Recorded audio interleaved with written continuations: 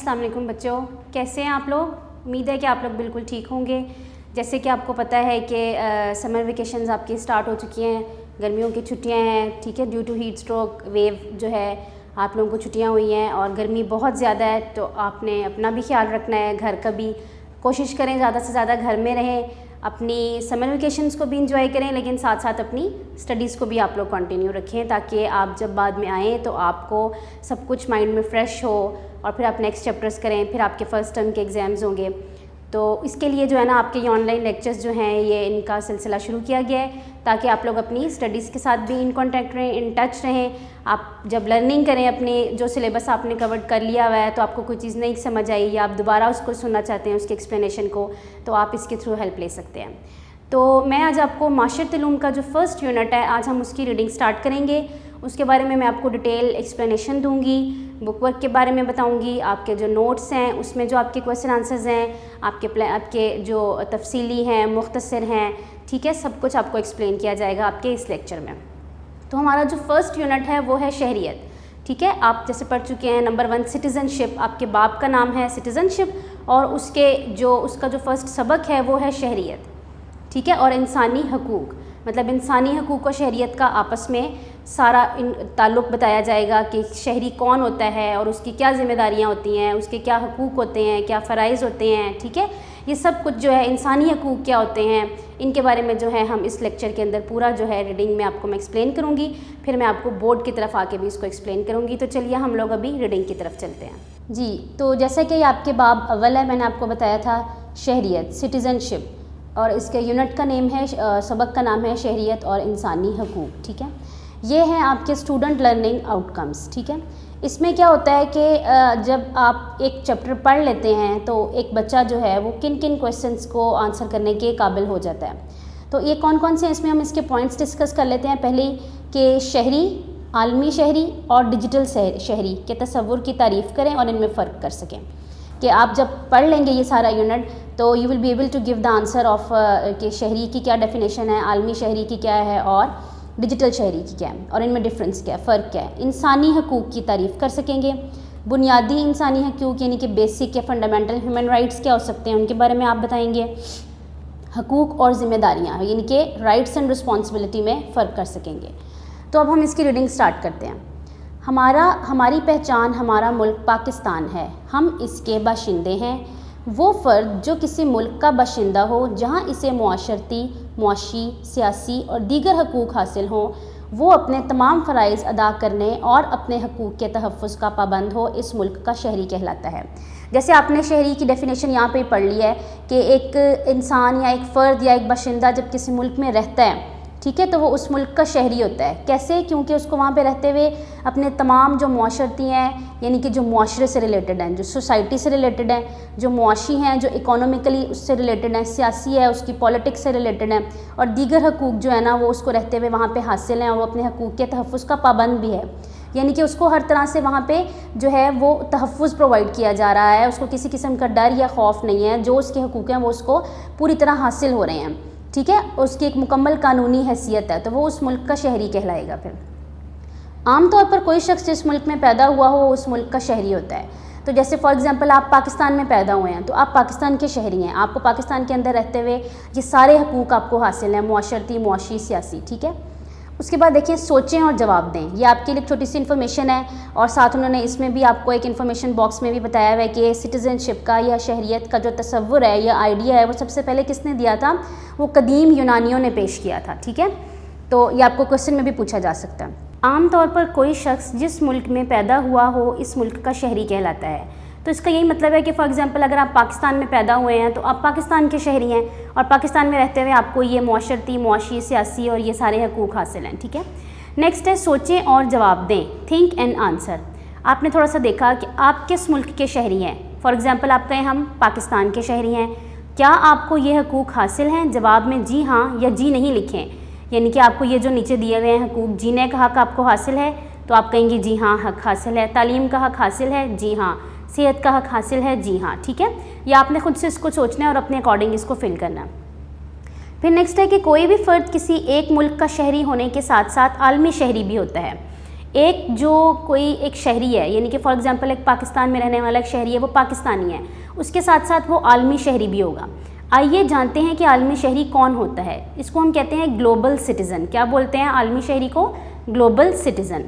तो ऐसा शहरी यानी कि ग्लोबल सिटीज़न से मुराद वो शहरी है जो आलमी मामलात के बारे में आगाही रखता है, यानी कि ऐसा एक शहरी के जो खाली पाकिस्तान के बारे में ना जानता हो, उसको पाकिस्तान की खाली इन्फॉर्मेशन ना हो, जबकि उसको जो दूसरे कंट्रीज़ हैं उनके बारे में भी वो पूरी दुनिया के बारे में वो मालूमात रखता हो कि वहाँ पे आजकल क्या चल रहा है, उनके करंट अफेयर्स क्या चल रहे हैं या उनके साथ कैसे जो है उनके क्या सिस्टम चल रहे हैं, तो वो एक आलमी शहरी होता है। ठीक है। रंग, नस्ल, जिन्स, ज़ुबान और सकाफ़त का फ़र्क किए बगैर सबका एहतराम करता है, यानी कि वो ये नहीं है कि वो सिर्फ एक देख रहा है कि कोई पाकिस्तानी है तो मैंने पाकिस्तानी का ही एहतराम करना है। नो, वो बग़ैर किसी को ज़ुबान का फ़र्क डाले, सकाफ़त का फ़र्क डाले, जिन्स का फ़र्क डाले, वो हर एक का एहतराम करेगा।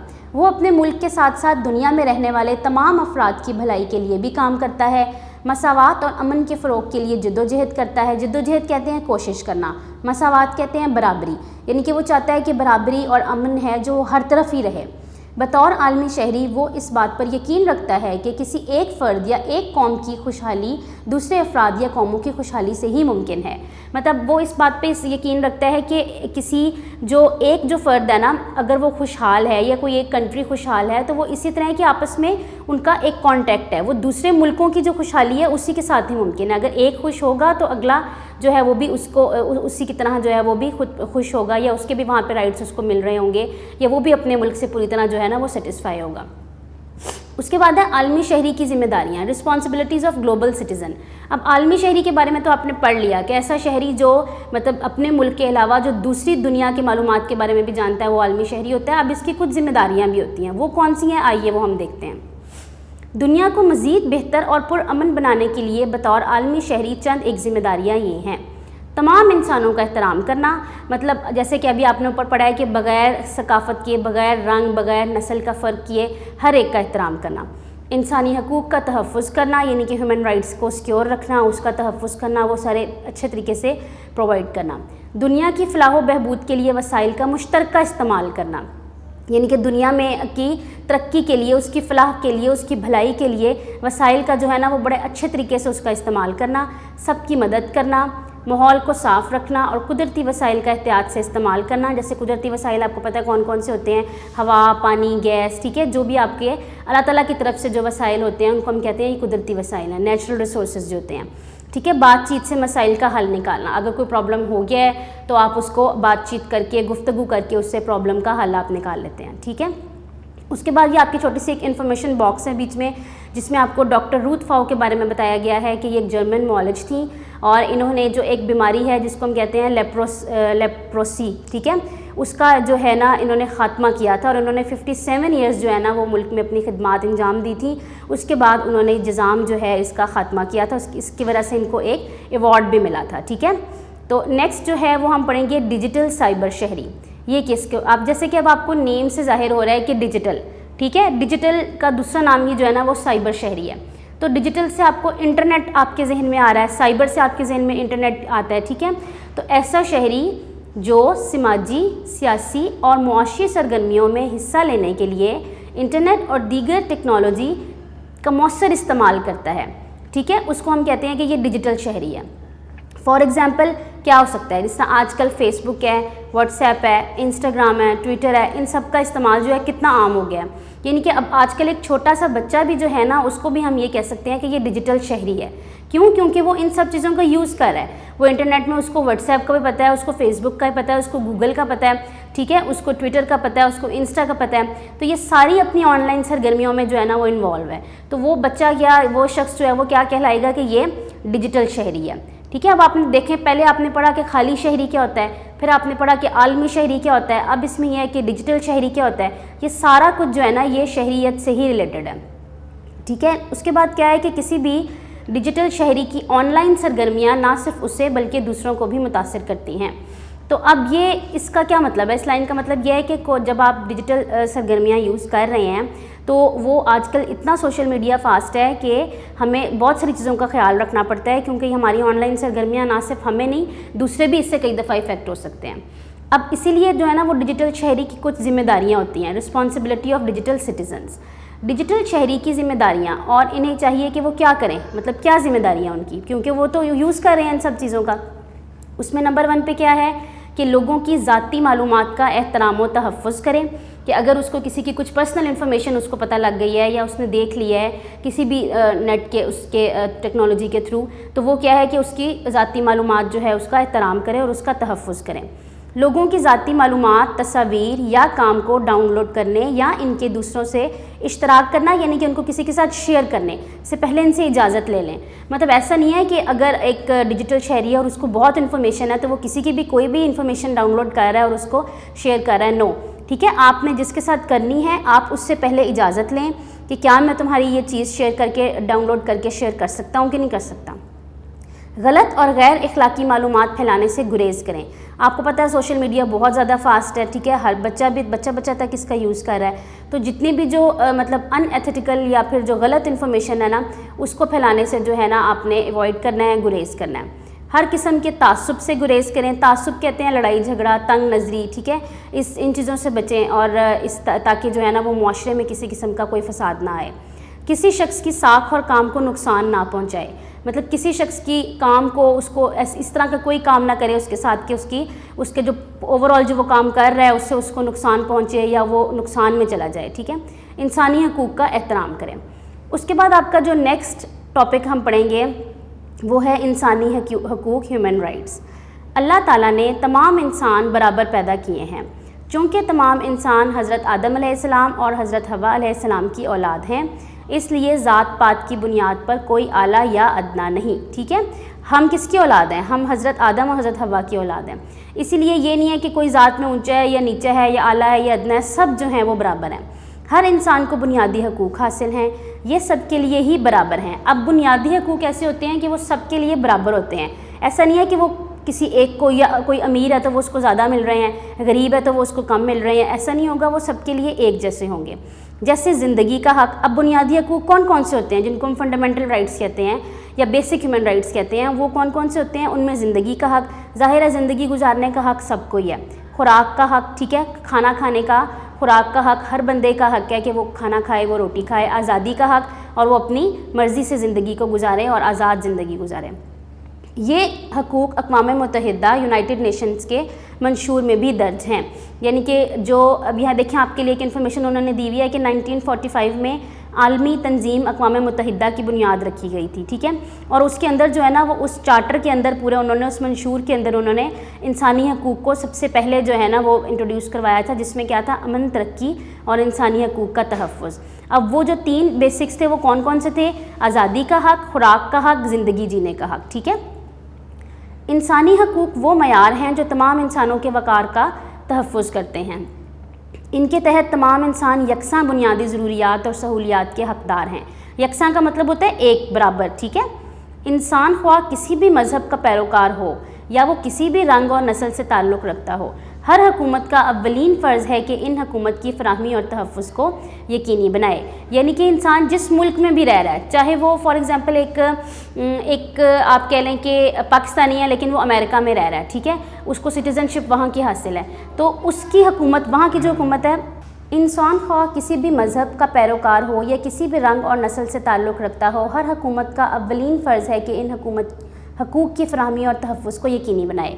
तो जैसा कि मैंने आपको एक्सप्लेन किया था कि अगर फॉर एग्ज़ाम्पल एक पाकिस्तानी है लेकिन वो एक अमेरिका में रह रहा है, तो वहाँ का जो हुकूमत है उसका फ़र्ज़ है कि वो ये ना सोचे कि वो इसकी पाकिस्तानी है, ठीक है, लेकिन उसका अव्वलीन फ़र्ज़ क्या है कि वो उसके हकूक़ की फ़राहमी जो है ना उसको, उसके तहफ़्फ़ुज़ को वो यकीनी बनाए, वो उसको प्रोवाइड करे। ठीक है, उसके बाद है आपका बुनियादी इंसानी हकूक़, फंडामेंटल ह्यूमन राइट्स, जैसे कि आपको मैंने 3 ऊपर भी बताए हैं।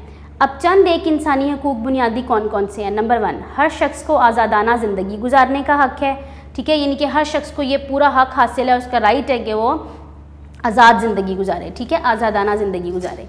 नंबर 2 क्या है कि तमाम इंसान रंग, नस्ल, ज़ुबान और सकाफ़त के एतबार से बराबर हैं। मतलब ये नहीं है कि अगर किसी का रंग गोरा है तो हम उसको ज़्यादा आला समझें, या किसी की नस्ल बहुत अच्छी से वो ताल्लुक़ रखता है, उसकी ज़ुबान अच्छी लगी हमें या सकाफ़त, तो हम कहें कि यही अच्छा है। नो, ठीक है, इन सब पहलुओं में अगर वो जो है ना हमने इस एतबार से सबको बराबर ही समझना है।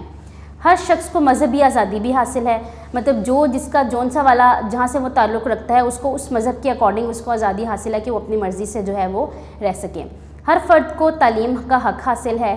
कानून की नज़र में तमाम इंसान बराबर हैं, ठीक है। मतलब लॉ जो होता है ना, हर मुल्क का, हर कंट्री का एक लॉ होता है, कानून होता है, ठीक है, जहाँ जिसकी वजह से जो शहरी वहाँ पे रहता है ना उसको वहाँ की कानूनी हैसियत मिलती है। तो उस कानून की नज़र में क्या होता है कि जो भी इंसान वहाँ पे रह रहे होते हैं ना, बाशिंदे रह रहे होते हैं, वो बराबर होते हैं।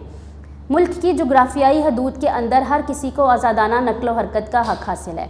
मतलब मुल्क के अंदर रहते हुए, मतलब उसके सारी जो, ये नहीं वो कह रहे कि आपने बॉर्डर से बाहर जाना है, आपको मुल्क के अंदर जो रहते हुए आप जहाँ मर्ज़ी चाहें आप मूव करें, ये आपका पूरा राइट है, ठीक है। हर इंसान को इजहार राय और तकरीर का हक़ हासिल है।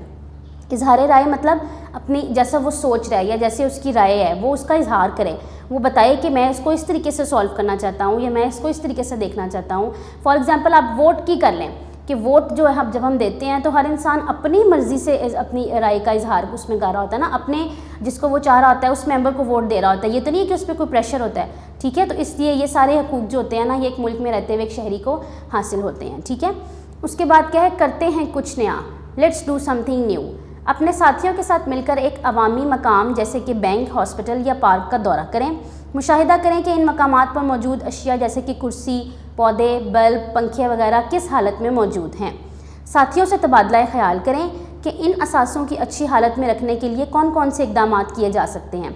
मतलब फॉर एग्जांपल आपने अपने दोस्तों के साथ किसी हॉस्पिटल में विज़िट किया है, तो आप देख रहे हैं कि वहाँ की चेयर्स या वहाँ के जो पेशेंट्स बेड होते हैं या जितनी भी जो वहाँ पे चीज़ें ऐसी पड़ी हुई हैं, क्या उनकी हालत सही है, नहीं है, तो हम किस तरह जो है उनको कैसे ऐसे इक़दाम कर सकते हैं, ऐसे कौन से स्टेप्स हम कर सकते हैं जिसकी वजह से हम उसको बेहतर बना सकते हैं। वो आपकी एक तरह से आप कह लें जिम्मेदारियाँ हैं, ठीक है।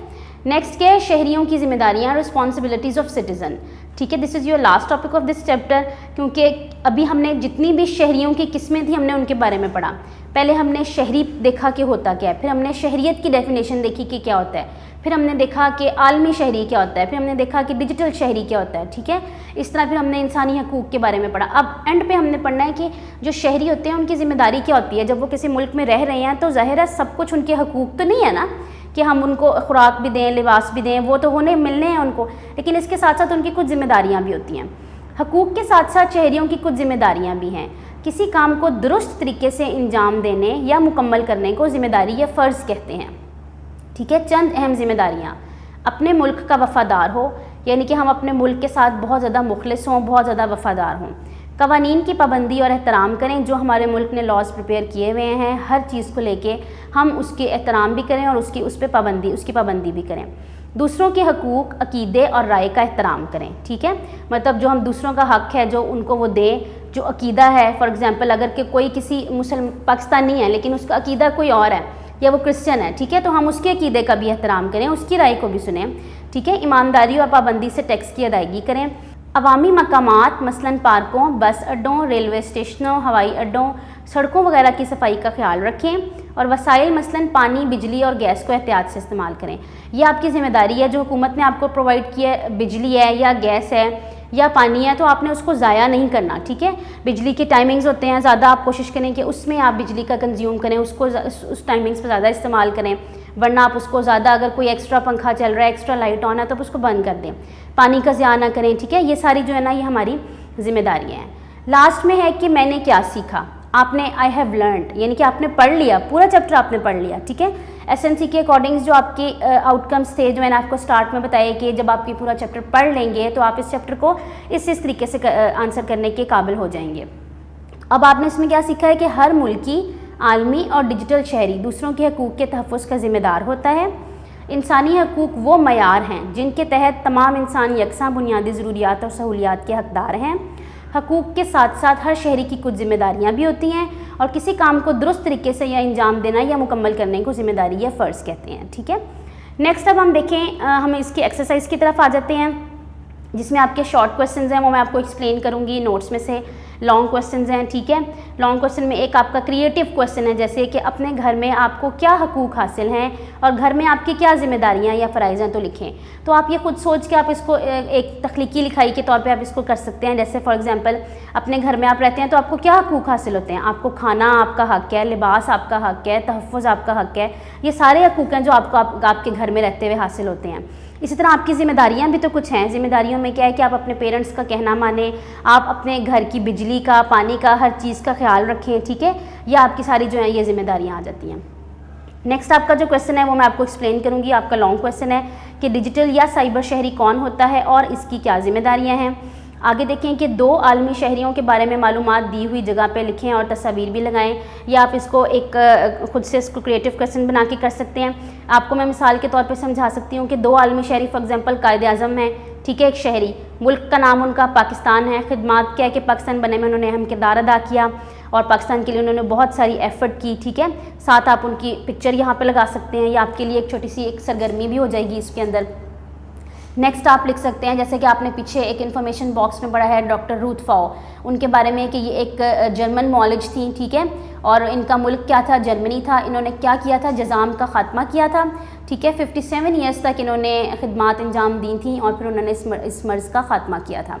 फिर आप उनकी यहाँ पे पिक्चर भी लगा सकते हैं। उसके बाद देखिए एक पाकिस्तानी शहरी की हैसियत से आपके 3 बड़े फ़राइज़ क्या हैं। आपने ये पूरा चैप्टर पढ़ लिया, अब आप इस काबिल हैं कि आप लिख सकते हैं कि एक पाकिस्तानी होने की हैसियत से आपके 3 बड़े जो फ़राइज़ हैं वो कौन कौन से हैं, ठीक है। उसमें आपकी एक एग्जांपल के तौर पे मैं बता रही हूँ कि मुल्क के वफ़ादार हों आप, कवानीन की पाबंदी करें, टैक्स की अदायगी करें, ठीक है। उसके बाद ये नीचे आपकी सरगर्मियाँ हैं, उसमें है हमारे करने के काम, work for us to do. For example सरगर्मी नंबर 1 है कि एक तालिब इल्म की हैसियत से अपने हकूक़ और ज़िम्मेदारियाँ, फ़राइज़ का एक चार्ट बनाएं और कमराए जमात में उसको आवेज़ा करें। आप टीचर की हेल्प से इसको बना सकते हैं और फिर क्लास में लगा सकते हैं ताकि आपकी एक्टिविटी भी हो जाए और आपको थोड़ी सी इन्फॉर्मेशन भी मज़ीद आपको मिल जाए, ठीक है। फिर उसके बाद ये एक वेबसाइट दी हुई है, आप इसको सर्च करेंगे तो आपको बहुत सारे इंसानी हकूक़ के बारे में आपको गाइडेंस मिल जाएगी। सरगर्मी इसमें क्या है कि तलबा अपने आप को ग्रुप्स में तकसीम करें और वो फिर सोचें, ठीक है, कि हमें कौन से हमारे हकूक़ हैं और कौन से हमारे फ़राइज़ हैं। एक पेपर पे कॉलम बनाएं, एक में हकूक़ लिखें, एक में फ़राइज़ लिखें और फिर वो आप उसको एक अपने स्कूल में भी लगा सकते हैं, चार्ट को अपने घर में भी लगा सकते हैं, ताकि आपके लिए ये एक एक्टिविटी भी हो जाएगी और आप इसको जो है ना इसको अच्छे तरीके से आपको इसकी समझ भी आ जाएगी। तो ये हमारा जो यूनिट था वो यहाँ पे ख़त्म हुआ और अब हम इसके बोर्ड की तरफ थोड़ा सा आपको मैं इंट्रोडक्शन के लिए थोड़ा सा ये जहाँ पे हमने पढ़ा है थोड़ा सा इसके बारे में मज़ीद गाइडेंस के लिए आपको बोर्ड की तरफ लेके जाऊँगी। जी स्टूडेंट्स, अभी हमने यूनिट अपना कंप्लीट किया है शहरियत का, ठीक है, सिटीज़नशिप का। तो इसके ये कुछ मेजर पॉइंट्स हैं जो कि मैं वैसे आपसे डिस्कस कर चुकी हूँ ड्यूरिंग रीडिंग, लेकिन यह है कि आपकी थोड़ी सी मज़ीद इन्फॉर्मेशन के लिए मैंने ये कुछ पॉइंट्स यहाँ पर लिखे हैं, इनको आप देख लें ताकि आपको समझने में मज़ीद जो है वो आसानी हो जाए। नंबर 1 पे था शहरी। शहरी मैंने आपको एक्सप्लेन किया था कि किसी मुल्क का बाशिंदा, ठीक है, या किसी मुल्क में रहने वाले फ़र्द को हम कहते हैं कि ये उस मुल्क का शहरी है। नंबर 2 पे है शहरियत की डेफिनेशन मैंने आपको बताई थी कि किसी शख्स की वो कानूनी हैसियत जिसकी वजह से वो किसी मुल्क या रियासत का फ़र्द तस्वुर किया जाता है उसको क्या कहते हैं, शहरियत। और वो जो कानूनी हैसियत है उसमें कौन कौन सी चीज़ें आ रही थी, कौन कौन से हकूक़ आ रहे थे, उसमें उसके मुआशरती, सियासी, समाजी तीनों हकूक़ आ रहे थे कि वो अगर उसको उस मुल्क में रहते हुए मिल रहे हैं तो इसका मतलब ये है कि वो उस मुल्क का शहरी है और उसको वहाँ की शहरियत हासिल है। नेक्स्ट हमने पढ़ा था कि आलमी शहरी क्या होता है। ऐसा शहरी जो आलमी मामलात के बारे में आगाही रखता है वो आलमी शहरी कहलाता है। फॉर एग्जांपल मैंने आपको एक्सप्लेन किया था कि वो ऐसा नहीं है कि अगर एक पाकिस्तान है तो का शहरी है तो वो सिर्फ पाकिस्तान के बारे में इंफॉर्मेशन रखे, नो, वो दूसरे कंट्रीज़ के बारे में भी जानता हो, वो पूरे करंट अफेयर से आगाह हो, तो वो आलमी शहरी कहलाएगा। नेक्स्ट है जिम्मेदारियाँ, ठीक है, उसकी कुछ जिम्मेदारियाँ थी आलमी शहरी की, वो मैंने आपसे डिस्कस की थी। उससे अगला पॉइंट है डिजिटल या साइबर शहरी कौन होता है। जैसे कि नाम से जाहिर है कि ऐसा शहरी जो अपनी इन्फॉर्मेशन के लिए इंटरनेट का इस्तेमाल करता है, जिसमें व्हाट्सएप है, इंस्टाग्राम है, फेसबुक है, गूगल, ट्विटर सब कुछ है, ठीक है, उसका इस्तेमाल करता है तो वो क्या कहलाता है, वो डिजिटल शहरी कहलाता है, ठीक है। और उसकी भी कुछ जिम्मेदारियाँ होती हैं, वो मैंने जैसे कि एक्सप्लेन की थी कि दूसरों के जो इन्फॉर्मेशन है उनकी तहफ़्फ़ुज़ करे, ठीक है, अगर किसी से कोई चीज़ उसकी डाउनलोड किया है तो उससे शेयर करने से पहले उससे इजाज़त ले, ये सारी उसकी जिम्मेदारियाँ होती हैं। उसके बाद है इंसानी हकूक़। अक़वाम मुत्तहिदा 1945 में ये बनी थी और उसमें जो इंसानी ह्यूमन राइट्स का जो चार्टर था उसमें 3 पॉइंट्स थे उसके, अमन, तरक्की और इंसानी हकूक़, ये चीज़ें थी। इंसानी हकूक़ जो बेसिक्स थे वो कौन कौन से थे वो मैंने आपको बताया, लिबास का, खुराक का, आज़ादी का। ठीक है। उसके बाद था लास्ट टॉपिक था कि शहरियों की जिम्मेदारियाँ क्या होती हैं, जैसे कि एक्सप्लेन की गई थी कि राय का एहतराम, कवानीन का एहतराम, टैक्स की अदायगी, टैक्स की पाबंदी, ये सारी जो है ये शहरियों की जिम्मेदारियाँ थी। ठीक है। उसके बाद मैंने आपको इसका एक्सरसाइज और बुक वर्क एक्सप्लेन किया, वो भी मैंने आपको बताया। तो उम्मीद है कि आपको इस लेक्चर की बहुत अच्छे तरीके से समझ आई होगी। इसका जो लॉन्ग क्वेश्चन और शॉर्ट क्वेश्चंस हैं वो मैं आपको एक दफ़ा दोबारा बताऊंगी, ठीक है। नोट्स के थ्रू आप उसको समझेंगे और फिर हम वहाँ पे इसका यूनिट का हम चैप्टर को क्लोज़ कर देंगे। और कोई भी प्रॉब्लम होगी तो यू कैन डिस्कस, और आपको अच्छे तरीके से इंशाल्लाह समझ आई होगी इसकी। तो चलिए हम नोट्स की तरफ चलते हैं और इसके शॉर्ट क्वेश्चन और लॉन्ग क्वेश्चन को एक दफ़ा आप एक्सप्लेन करूँगी और आप उसको गौर से सुनेंगे। जी, जैसे कि मैंने अभी आपसे कहा था कि हम इसके मुख्तसर सवालात और तफसीली सवालात को देखेंगे। इसके जो हैं 3 मुख्तसर सवालात हैं और 1 इसका तफसीली सवाल है। बाकी आपकी सारी क्रिएटिविटी क्वेश्चंस थे जो मैंने आपको एक्सप्लेन भी किए। शहरियत की तारीफ़ करें। किसी शख्स की वो कानूनी हैसियत जिसकी वजह से वो किसी मुल्क या रियासत का फ़र्द तस्वुर किया जाता है, शहरियत कहलाती है। ठीक है। अभी मैंने इसको बोर्ड पे भी एक्सप्लेन किया आपको। शहरी और आलमी शहरी में क्या फ़र्क है। शहरी आम तौर पर कोई शख्स जिस मुल्क में पैदा हुआ हो और वहाँ के मुआशरती, मुआशी और सियासी हकूक़ उसको हासिल हों तो वो उस मुल्क का शहरी होता है। और आलमी शहरी से मुराद वो शहरी है जो आलमी मामलात के बारे में मालूमात रखता है। लास्ट क्वेश्चन है, शहरियों को हकूक़ फ़राहम करना किसकी ज़िम्मेदारी है। जैसे आपने रीडिंग में पढ़ा था कि कोई भी शहरी जिस मुल्क में रह रहा है उस हुकूमत का फ़र्ज़ है, तो शहरियों को हकूक़ फ़राहम करना हुकूमत की अव्वलीन ज़िम्मेदारी है। उसके बाद है दिए गए सवालात के तफसीली जवाब लिखें और तफसीली जवाबात लिखें, जिसमें आपका ये क्वेश्चन है कि डिजिटल साइबर शहरी कौन होता है और इसकी क्या जिम्मेदारियाँ होती हैं। तो जैसे मैंने आपको पहले भी एक्सप्लेन किया है कि डिजिटल शहरी कौन था। ठीक है। ऐसा शहरी जो समाजी, सियासी और मुआशरती सरगर्मियों में हिस्सा लेने के लिए इंटरनेट का इस्तेमाल करता है, डिजिटल शहरी कहलाता है। और डिजिटल शहरी की जिम्मेदारियाँ लोगों की ज़ाती मालूमात का एहतराम करे, हर किस्म के लड़ाई झगड़े से दूर रहे, इंसानी हकूक़ का एहतराम करे, किसी शख्स को नुकसान ना पहुँचाए। ठीक है। नीचे आपका बुक वर्क है जो मैंने आपको एक्सप्लेन कर दिया। लास्ट में मैं आपको इसके MCQs एक्सप्लेन करूंगी कि आपने ये पूरा चैप्टर यूनिट रीड किया और आप इस के MCQs के आंसर्स भी करेंगे। ठीक है। हर इंसान का पहला बुनियादी हक है बराबरी का, आज़ादी का, ज़िंदगी का या तालीम का। तो हर इंसान का पहला बुनियादी हक क्या है, आज़ादी का। डिजिटल शहरी का दूसरा नाम अवामी शहरी, मुफीद शहरी, सियासी शहरी या साइबर शहरी। तो साइबर शहरी। ठीक है। आलमी तंजीम अक़वाम मुत्तहिदा की बुनियाद कब रखी गई थी।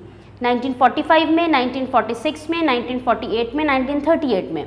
तो 1945 में। शहरियत का तस्वुर सबसे पहले किसने दिया, ये मैंने आपको फर्स्ट पेज पे इंफॉर्मेशन बॉक्स में पढ़ाया था। अमरीकियों ने, यूनानियों ने, फ़लस्तीनियों ने या अरबों ने। तो यूनानियों ने। डॉक्टर रूथ फाउ ने किस मर्ज़ का ख़ात्मा किया था, कैंसर, TB, जज़ाम या मलेरिया। जज़ाम। कानून की नज़र में तमाम इंसान हैं आज़ाद, बराबर, शरीफ, अलग। बराबर। कोई भी फ़र्द किसी मुल्क का शहरी होने के साथ साथ क्या होता है, आलमी शहरी, डिजिटल शहरी, आज़ाद शहरी या साइबर शहरी। तो आलमी शहरी। तमाम इंसान औलाद हैं हज़रत मोहम्मद सल्लल्लाहु अलैहि वसल्लम की, हज़रत मूसा की, हज़रत आदम की, हज़रत इब्राहीम की, हज़रत आदम अलैहिस्सलाम की। ठीक है। तो ये आपका यूनिट आज यहाँ पे ख़त्म हुआ शहरियत का, जिसमें हमने इसकी रीडिंग की, इसके बुक वर्क को देखा, इसकी एक्टिविटीज़ को देखा और शॉर्ट क्वेश्चंस को देखा, लॉन्ग क्वेश्चंस को देखा, MCQs को देखा। उम्मीद है कि आपको इस पूरे चैप्टर की अच्छे तरीके से समझ आ गई होगी और सारा कॉन्सेप्ट आपको क्लियर हो गया होगा। आप ख़ुद भी इसकी रीडिंग करें, आपके पास नोट्स हैं। ठीक है। आपके पास कॉपीज़ में क्वेश्चंस हैं, इसको लर्न करें। नहीं समझ आएगी ऑनलाइन लेक्चर से हेल्प लें। तो और अपना ख्याल रखिएगा। इंशाल्लाह नेक्स्ट लेक्चर में मुलाकात होगी। अल्लाह हाफ़िज़।